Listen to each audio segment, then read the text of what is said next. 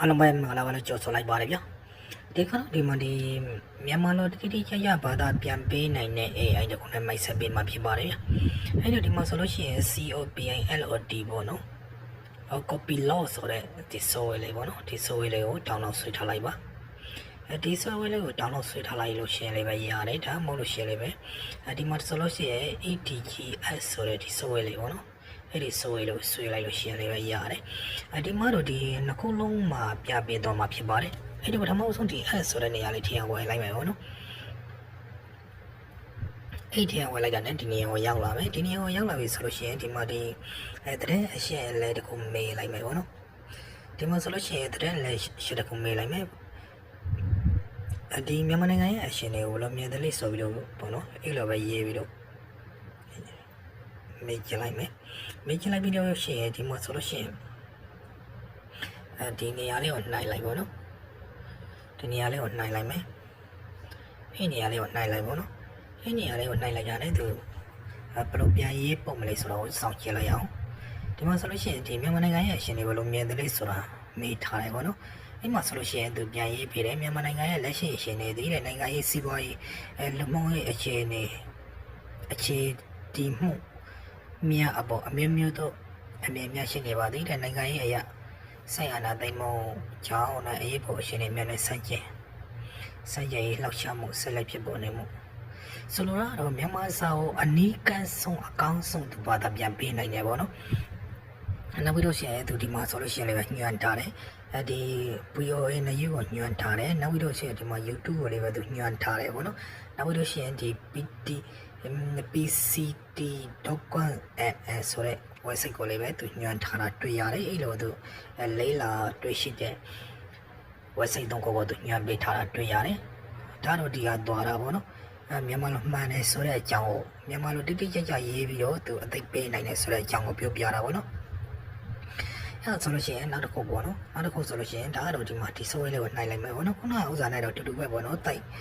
မကွာဘူးဒါမဲ့နှမျိုးနှစ်စားဝယ်တောင်းဆိုပြီးတော့ပြပေးတာပေါ့နော်ဒီမှာဆိုလို့ရှိရင်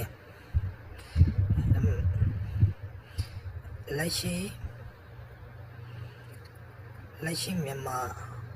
တိုင်းရေးပြည်ပေါ့နော်တိုင်းရေး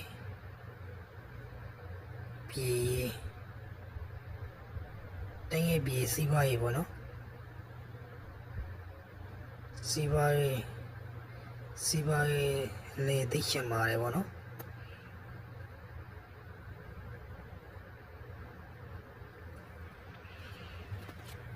လမ်းရှိလို့တောင်ဖြစ်သွားတာလက်ရှိဒီမှာဆိုလို့ရှိရင်သူလမ်းရှိလို့ဆိုတော့လက်ရှိဆိုပြီးတော့မကတောင်သူပြန်ထားတယ်ပေါ့နော်လက်ရှိမြန်မာနိုင်ငံစီးပွားရေးအရှင်တွေနဲ့ပတ်သက်ပြီးတော့တဲ့အရှင်လက်များရာစိန်ခေါ်မှုများနဲ့အတူအခွင့်အလမ်းများရှိနေတယ်တဲ့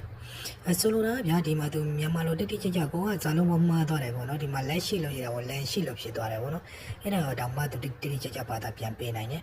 ဒီမြန်မာလိုအနိကဆုံးပေါ့နော်အနိကဆုံးမှန်ကရေးပြီးတော့သူဘာသာပြန်ပေးနိုင်တာကိုတွေ့ရတယ်နောက်ပြီးတော့ရှင်လည်းပဲဒီမှာဆိုလို့ရှင်လည်းပဲသူဒီပါမီပူရောနေရောလောက်ထားတယ်ဒီဘက်မှာဆိုလို့ရှိရင်လည်းပဲသူအဲ့ဒီ website ကိုညွှန်ထားတယ်ပေါ့နော်အဲ့ဒီ website ကိုဝင်ကြည့်လိုက်လို့ရှိရင်လည်းပဲရတယ်သူ website တင်မှာဒီတိတိကျကျဘာသာပြန်ထားတာကိုသူလိုက်ပြီးတော့လဲလာပြီးတော့အဲ့ဒီ website မှာရေးထားတာကိုသူမြန်မာလိုပြန်ပေးပြီးတော့အဲ့ဒီကိုညွှန်ထားတယ်ပေါ့နော်အဲ့တော့ဒီ software လေးကတော့ဒီ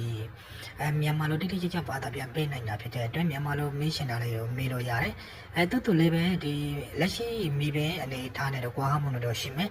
တူလည်းဒီသုံးသက်ရှစ်တွေကိုသူမြန်မာလိုတိတိကျကျပြန်ပေးနိုင်တယ်ဆိုတဲ့အကြောင်းပေါ့နော်အဲ့ဒါဆိုလို့ရှိရင်ဒီမြန်မာလိုသိရှင်တယ်ဆိုလို့ရှိရင်ဒီ software တွေကိုလာမေးလို့ရတယ်ဆိုတဲ့အကြောင်းကိုလာပြပြပေးတာဖြစ်ပါတယ်အဲ့တော့ဒီလိုဆိုလို့ရှိရင်အားလုံးဒီ software တွေကိုသုံးသပ်ပြီးတော့ဒီ software လေးကိုဘယ်လိုအသုံးပြရမလဲဆိုတော့နားလေးသွားမယ်လို့ထင်ပါတယ် commission အမေးလို့ရတယ်ပေါ့နော်အဲ့တော့နောက်တစ်ခုထပ်မေးကြည့်မယ်ပေါ့နော်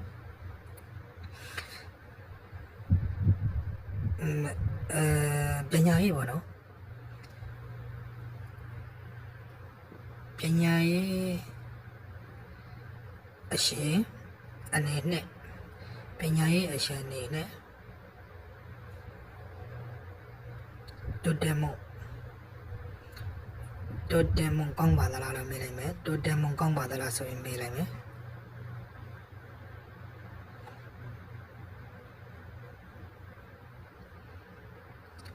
ပညာရေးအရှင်အနေနဲ့တိုးတက်မှုကောင်းပါသလားဆိုပြီးတော့မေးလိုက်မယ်ပေါ့နော်ဒီမှာဆိုလို့ရှိရင်သူဘာပြန်ရေးပေးလဲဆိုလို့ရှိရင်ပညာရေးအရှင်တွေကိုတဲ့2025ခုနှစ်အတွင်းမြန်မာနိုင်ငံတွင်တဲ့စိတ်ဆက်မပြတ်စောင့်ကြည့်နေကြပါတယ်တဲ့အညာဒေသနဲ့တိုင်းဒေသဒေသများတဲ့ပညာရေးအခက်အခဲများနဲ့အတူတဲ့အခွင့်အလမ်းများလေရှိနေသည်ဟုတ်တရက်များအရာသိရသည်တဲ့အမြင့်တန်းညရဲ့အစိုးရ NGO ရကာလပညာရေးအစီအစဉ်များသည်အခြေခံအစိမ့်မြင့်ပညာရေးတဲမိတ်ပညာရေးတို့တွေတဲ့တိုးတက်မှုများရှိနေတော့လေစိန်အောက်ရှောင်းရေးအောက်တဲ့အနောက်ရှင်များနဲ့ရဆိုင်နေရသည်ဟုတ်တဲ့များပေါ်ပြထားပါသည်တဲ့အမေရတဲ့မြန်မာနိုင်ငံပညာရေးအနာဂတ်ကိုဘယ်လိုမြင်တယ်လဲဆိုတာမျှဝေရှင်ပါတယ်တဲ့ဒီမှာဆိုလို့ရှိရင်လည်းပဲသူမြန်မာနောင်းကိုသူညွှန်ပေးထားတယ်ပေါ့နော်ဒီမှာမြန်မာနောင်းကနေပြီးတော့သူသုံးသပ်ထားတယ်ဆိုတဲ့အကြောင်းပေါ့နော်အဲ့ဒါကိုသူလမ်းညွှန်ပေးထားတာတွေ့ရတယ်အဲ့တော့ဒီနေ့ခေတ်မှာဆိုလို့ရှိရင်ဒီ AI ကဒီစနိုက်ချနဲ့သုံးဝတ်တက်လာပြီဆိုလို့ရှိရင်ပို့ပြီးတော့အသုံးဝင်လာတာမျိုးလည်းပဲတွေ့ရတယ်